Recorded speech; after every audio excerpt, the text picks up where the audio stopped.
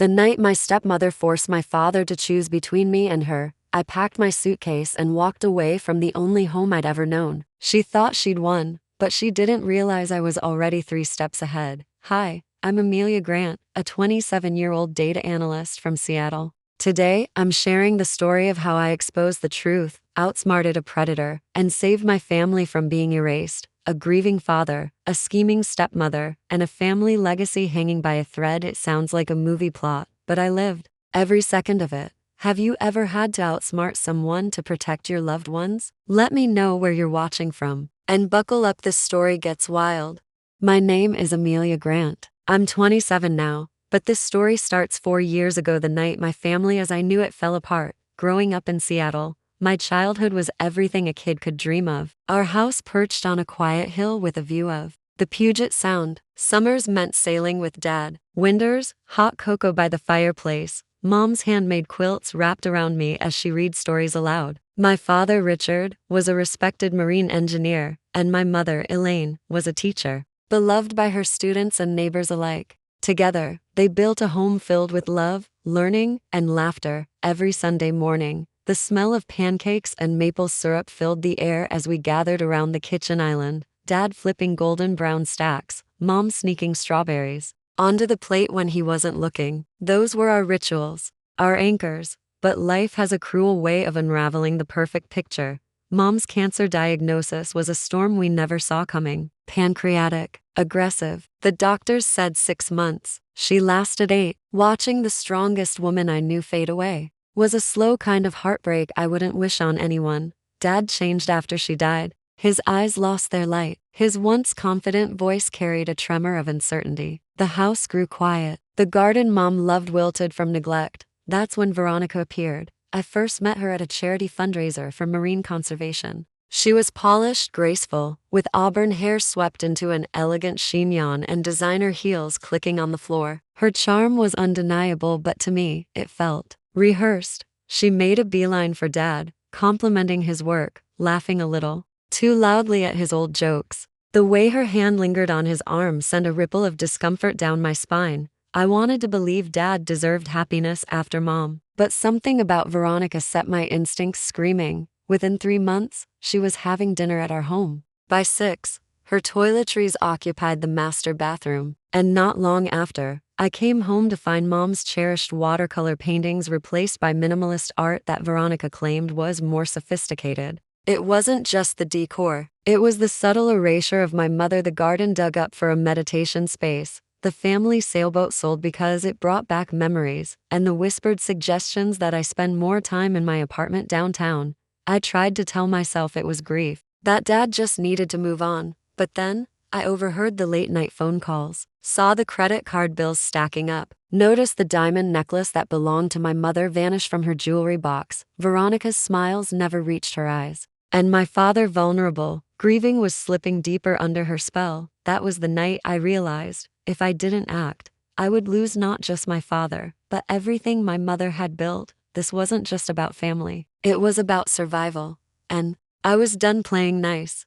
The weeks after Veronica moved in felt like living inside a slow-burning nightmare. At first, it was subtle, the little changes to the house, the overly familiar way she addressed family friends, the effortless way she inserted herself into every aspect of my father's life. I remember walking into the living room one rainy Saturday afternoon to find the walls repainted a cool, sterile gray. Mom's vibrant coastal artwork replaced with framed, abstract prints that looked like they belonged in a hotel lobby. It's more modern, Veronica said with a smile. The old look was dated. I bit my tongue, but inside, something snapped. Then came the parties. Our quiet, peaceful home turned into the social hub for Veronica's new circle: wealthy acquaintances, real estate agents, flashy entrepreneurs. They laughed too loudly, drank too much, and treated our home like their playground. One evening, I overheard Veronica gushing to a group of them. Richard's house has so much potential. Once we remodel, it'll double in value. Remodel? It wasn't just a house. It was our home, the one my parents built together.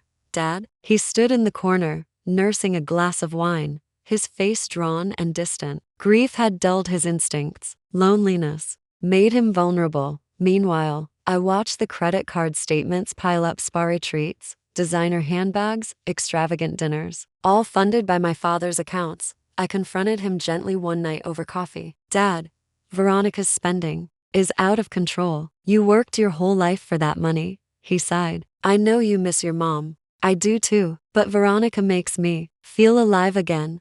Alive? More like controlled. Still, I bit my tongue. But I started digging. As a data analyst, patterns are my world, and Veronica's pattern was clear: a carefully crafted narrative to isolate Dad and dismantle my mother's legacy. She suggested turning Mom's garden into a yoga deck. She accidentally donated a box of my mother's keepsakes to Goodwill. She listed the grandfather clock passed down from my great-grandfather on an online auction site. I wasn't imagining things. She was erasing my mother piece by piece. The final straw? The sapphire earrings, my mother's most treasured possession, worn only on special occasions, were dangling from Veronica's ears at a charity gala. Dad lent them to me. She shrugged when I confronted her. My blood boiled. That night, I called Ethan Ward, my best friend since college and a cybersecurity specialist. Listened patiently as I unloaded everything. "You're not paranoid," he said. "Want me to run a background check?" "Please," I whispered. A week later, the results shattered what little peace I had left. 2 previous names, 3 bankruptcies, a history of targeting wealthy older men, all with similar outcomes: rapid romance, financial entanglement, and vanished assets. "She's a professional," Ethan warned. "This isn't love, it's a con." I could have confronted her, but I knew better. Instead, I smiled. I played nice, because while Veronica thought she was manipulating my father, I was preparing for war. The day I received Ethan's report confirming my worst fears, something inside me clicked into place. Grief, anger, and fear had been clouding my judgment, but now, with undeniable proof in hand, I felt focused, determined. Veronica wasn't just some opportunist looking for love. She was a practiced predator, and my father, still broken from losing Mom, was her perfect mark. But she underestimated me. I started with the basics: quiet observation, gathering evidence. I logged every suspicious purchase, every unauthorized bank transaction, every odd phone call I overheard. Ethan dug deeper. "She's got more hidden than just aliases," he warned after another late-night session, sifting through her digital footprint. Multiple burner emails, encrypted chats, and get this, she's been Googling things like Cayman Islands property law and how to move assets offshore. The pieces were falling into place. Meanwhile, I noticed small but telling changes in my father. The worry lines etched deeper into his face. The hesitant way he handed over credit cards to Veronica. His constant, almost desperate need to defend her to me. "She's helping me move on," he'd say, his eyes hollow. "You need to stop fighting this." But I wasn't fighting change. I was fighting for him. Through Ethan's contacts, we traced Veronica's financial web: offshore shell companies, hidden brokerage accounts, connections to 2 men in Florida and Belize, both flagged in prior financial exploitation cases. But the most damning discovery: a former stepchild from Veronica's last marriage. Her name was Melissa Daniels, and when I found her, she didn't hesitate. She drained my father's accounts, Melissa revealed in a trembling voice, promised him love, security, then left him broken alone. We spoke for hours. Melissa shared court documents, police reports, evidence Veronica had pulled this con before, with chilling precision, but the authorities had never managed to make charges stick. Veronica was careful, calculated. It would take more than suspicion to bring her down. That's when I turned to Stephanie Blake, a sharp, no-nonsense attorney and longtime friend. Stephanie's eyes darkened as she flipped through the files I'd gathered. "You've got something here. But to win this, we need a rock-solid case. Paper trails, witnesses, hard proof. Game on." We started compiling everything: financial records, forged documents, phone logs. Ethan monitored Veronica's devices remotely, tracking emails and text exchanges. Meanwhile, I kept up appearances, smiling politely at dinners, feigning ignorance, all while secretly locking away heirlooms, securing Mom's jewelry, and documenting every shady move Veronica made. The stakes couldn't have been higher, because Veronica wasn't just after my father's money. She wanted his house, his retirement accounts, and his trust. And if I didn't stop her, she'd succeed. But she underestimated one thing: me. The house was eerily quiet when I walked in that evening. The remnants of dinner, half-empty wine glasses, abandoned plates set on the dining table like forgotten props from a play, and at the center of it all, Veronica, she was waiting for. Me in the living room, perched on the edge of the sofa with predatory poise, a glass of wine swirling in her hand. Dad sat beside her, shoulders slumped, eyes fixed on the floor. Amelia, Veronica began, voice dripping with mock sweetness. We need to talk. I stayed standing, arms crossed. About what? She smiled, and it sent a chill down my spine. About your future here. Dad finally looked up, his expression fractured, a mix of guilt, exhaustion, and fear. Veronica thinks, he began, his voice cracking. Maybe it's time you moved back to your place permanently. The room spun for a moment. Excuse me? Veronica's eyes glinted. It's nothing personal, dear. You're a grown woman. This house, your father and I, we need space. Space? I echoed, the word tasting like ash. Or isolation. Her smile never faltered. It's what's best for everyone. I looked at Dad, silently pleading with him to see the truth. But Veronica's grip on him was tight emotionally, financially, psychologically. Dad, I whispered, she's playing you. His gaze dropped again. Please, Amelia, just give us some time. And in that moment, I understood, fighting outright would only push him further into her grasp. I needed a new strategy. So I played along. I packed my essentials, locked away evidence and heirlooms in a storage unit, and left a note on Dad's desk. I love you too much to watch this happen. Call me when you're ready to talk, just us. I moved in with Jessica, my childhood friend, and quietly activated Operation Backup. Ethan expanded surveillance. Stephanie prepared legal contingencies. And I, from a safe distance, orchestrated my next move. Veronica thought she'd won that night, but she had no idea the real fight was just beginning.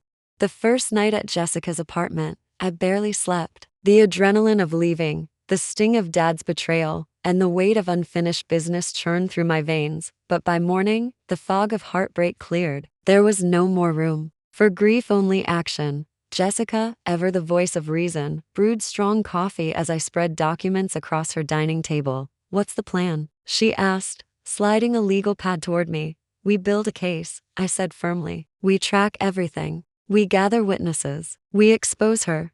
Ethan upgraded our surveillance network. Hidden cameras in my old bedroom, audio recorders in Dad's office, software monitoring Veronica's phone and email activity, all discreet, all legal, all designed to capture undeniable proof. Meanwhile, Stephanie filed preliminary motions to secure Dad's estate quietly, so Veronica wouldn't suspect. The next weeks were a whirlwind of detective work. Every shady purchase, every suspicious phone call, every offshore inquiry documented and time-stamped. Ethan's digging revealed new layers. Veronica wasn't working alone. Check this out, he said, pointing to encrypted messages between Veronica and an unfamiliar contact, Marcus Nichols. A background check showed Marcus as Veronica's cousin, with a rap sheet for fraud, money laundering, and identity theft. He's the muscle behind the operation, Ethan deduced. She seduces, he launders. Jessica leaned in. We need proof Marcus is actively involved. That's our leverage. I agreed. But time was critical. Veronica's spending escalated: jewelry,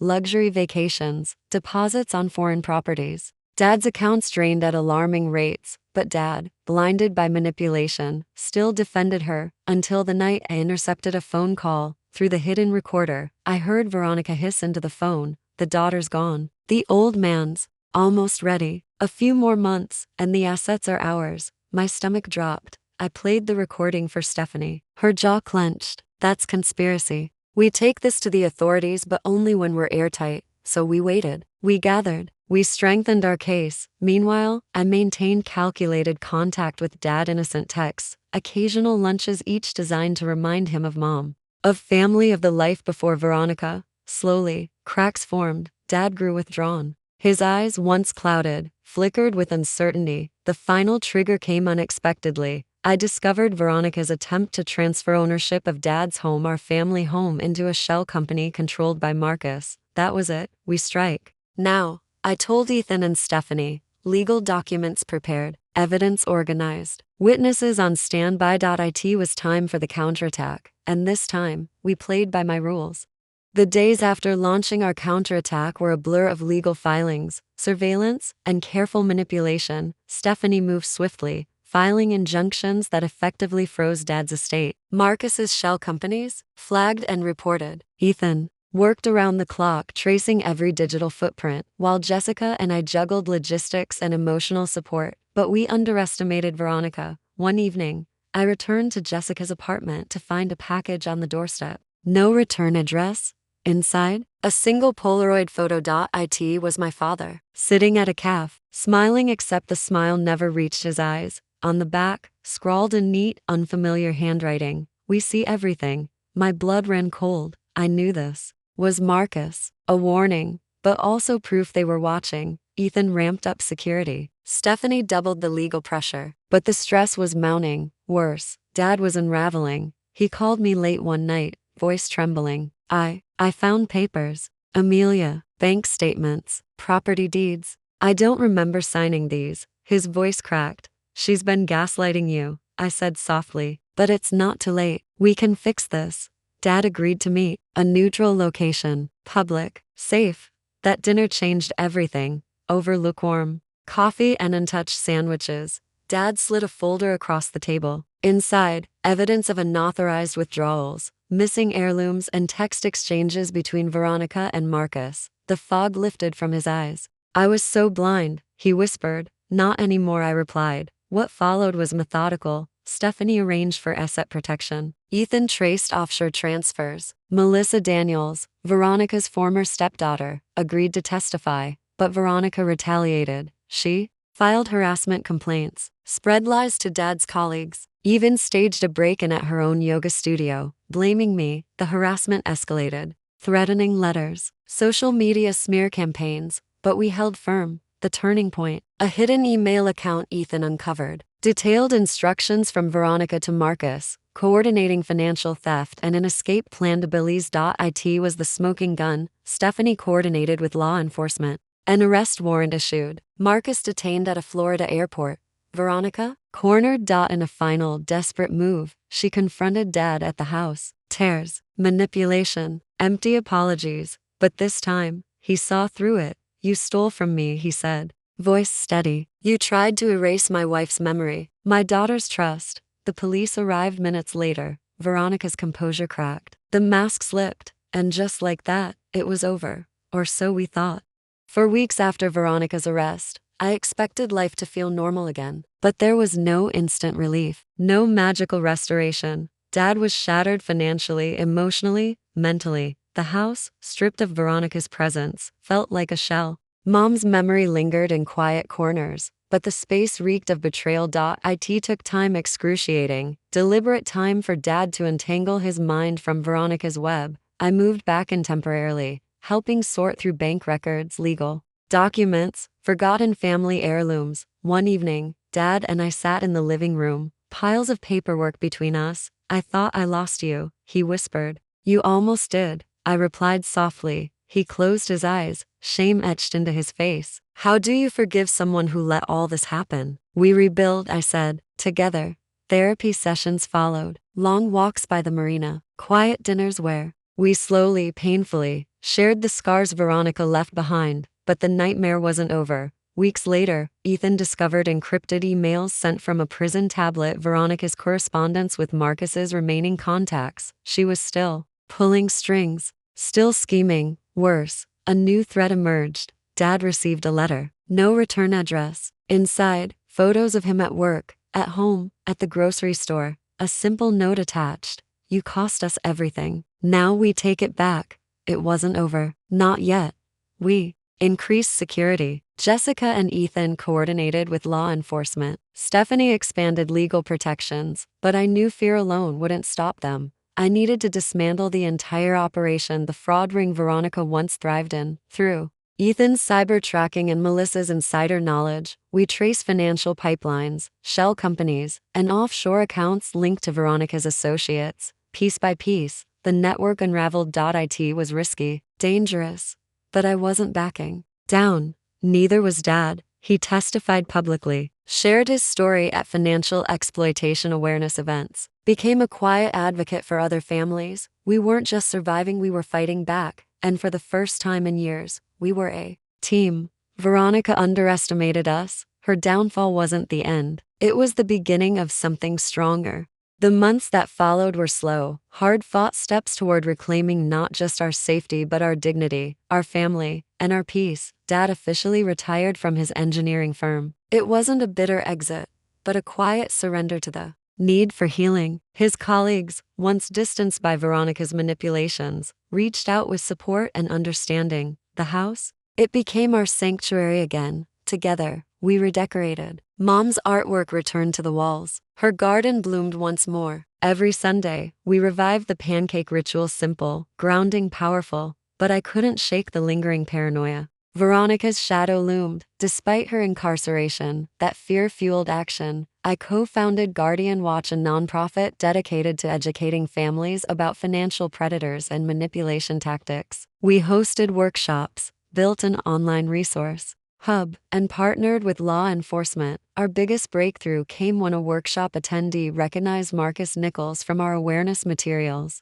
Her tip led to a full investigation, exposing an entire fraud ring that operated quietly for years. Arrests followed, accounts frozen, assets recovered. It wasn't just about us anymore, it was about protecting countless families from the nightmare we endured. Dad? He thrived in quiet advocacy, speaking at small events, supporting victims, rebuilding lost friendships. For the first time in years, our family legacy felt secure. But closure? It never arrives in a neat package. A year after Veronica's downfall, I received another letter. No return address. Inside, a photo of Dad at the grocery store. A simple note.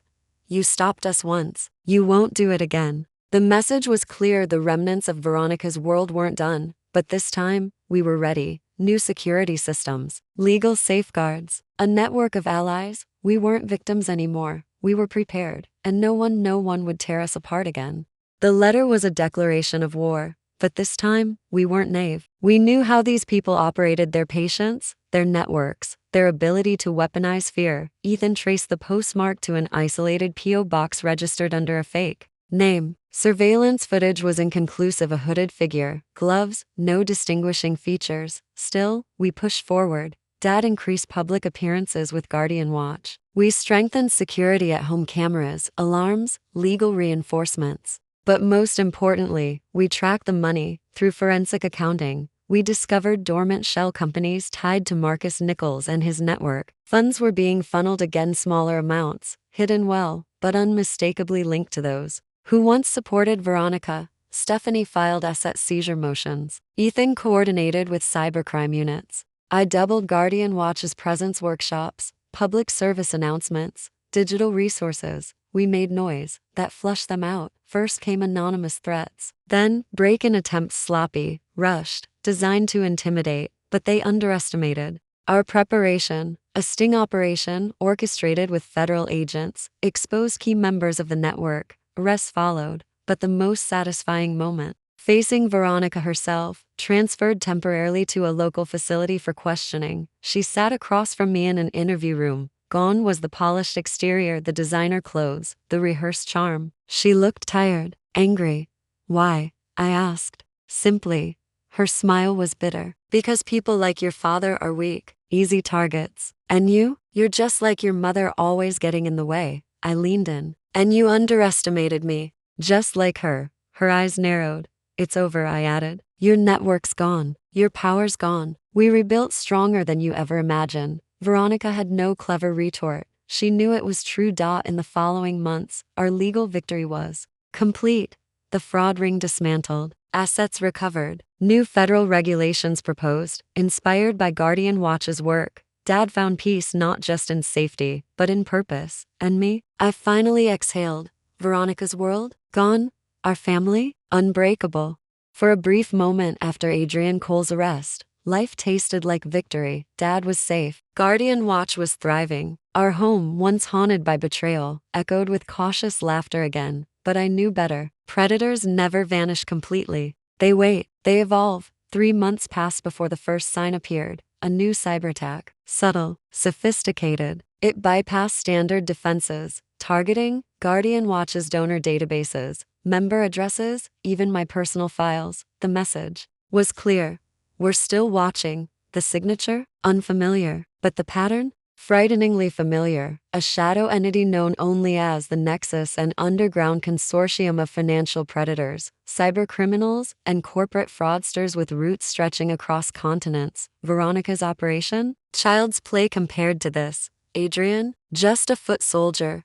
The real architects? Still in the shadows, we mobilized. Ethan expanded our cybersecurity to military-grade protocols. Stephanie worked with international agencies. Jessica and I traveled across states, meeting other survivors, rallying support. But the deeper we dug, the clearer it became the Nexus wasn't just after money. They wanted silence, intimidation, total control. Anonymous threats escalated to real-world incidents. Cars tailing Dad, home break-ins, carefully staged. My devices bugged. The tipping point came when Guardian Watch's main office was firebombed. No casualties, but the message was unmistakable. Back off, or lose everything. We didn't back off. We went underground. Pop-up safe houses, encrypted networks, hidden alliances with whistleblowers, ethical hackers, ex-law enforcement. Over the next year, we played a dangerous game of cat and mouse across cities, countries, borders. I operated under aliases. Dad stayed mobile. Ethan dismantled Nexus communication hubs. Stephanie filed strategic lawsuits, but it wasn't enough. We needed to cut off the head. Our break came through an unlikely source, a defector. A Nexus insider, disillusioned, scared, ready to talk. Cody named Harlan. He revealed the structure, the leaders, the offshore accounts, the laundering fronts. It took months to verify, another year to coordinate, but finally, with the help of international task forces, coordinated raids dismantled Nexus operations across 6 countries, dozens arrested, hundreds of millions recovered. Nexus? Crippled. And me? I emerged not just a survivor but a symbol. At the Global Summit on Financial Crimes, Dad and I shared our decade-long journey. The lesson was clear. Predators thrive in silence. But when ordinary people stand, fight, and unite, they fall. Our family was targeted, but we turned that trauma into action. And now, we've built more than protection. We've built a legacy. Guardian Watch is global. Laws have changed. Families are safer. And as for the shadows, let them watch. We're ready. We always will be. For a long time, love felt like a language I'd forgotten how to speak. After everything, the betrayals, the schemes, the years of rebuilding, I thought my heart had locked itself away for good. But life, in its quiet way, always finds cracks in even the strongest walls. I met Daniel Reyes in Zurich at the Global Financial Crimes Summit. It was supposed to be another conference, speeches, panels, polite applause, but there was nothing ordinary about Daniel. Tall, with dark eyes sharp as a hawk's and a calm presence that silenced a room. He didn't waste words. An investigator for Interpol, specializing in dismantling transnational criminal networks, he carried the same scars I did, just better hidden. We were introduced during a security briefing. At first, I was polite, professional, but I caught him watching me, not with curiosity, but recognition. He'd read the files. He knew my story. Over coffee breaks, then late-night dinners in quiet European bistros, we talked about Nexus, Guardian Watch, the cost of surviving in shadows. But the real conversations happened between the words, the shared exhaustion, the guarded glances, the unspoken "I understand." I fought it. Months passed. Daniel returned to Lyon. I buried myself in work, but he didn't give up. Emails, late-night video calls, surprise visits when his assignments allowed. Slowly, the walls weakened. Meanwhile, Dad's life was changing too. It started at a charity gala for Guardian Watch. Margaret Wallace, widowed, a financial abuse survivor turned advocate, spoke on stage. Her words were raw, her strength undeniable. Dad listened, and for the first time since Veronica, I saw a flicker of light in his eyes. Their connection blossomed quietly. Coffee became dinners. Dinners became weekend hikes. Hikes became hesitant, hopeful hand-holding. But after everything, we didn't trust easily. I ran background checks on Daniel. Dad investigated Margaret. They did the same. Trust had to be earned. Over months, we peeled back layers of fear, learned each other's routines, flaws, quiet strengths. With Daniel, I learned to laugh again, to debate politics over wine, to sit in silence without needing to fill it. With Margaret, Dad rediscovered companionship, gardening on weekends, cooking elaborate meals, sharing stories of grief and hope. But the shadows never vanished completely. Daniel's investigations revealed Nexus remnants in Eastern Europe. Margaret's ex-husband, though unrelated to Nexus, had ties to corporate fraud. Paranoia resurfaced. Arguments followed. Late-night doubts. Sleepless questioning. But we talked, fought, listened. Because love isn't the absence of fear, it's choosing to stand together despite it. A year later, Daniel proposed quietly, at the lake where Mom used to take me sailing. I can't promise safety, he whispered, but I promise honesty, loyalty, and love with all its scars. I said yes. Dad and Margaret married that fall. A small ceremony, just family, tears, laughter, a dance that felt like healing. We weren't perfect, but we were whole. The fight never truly ends, but now, we face it together, unbreakable, and this time happy.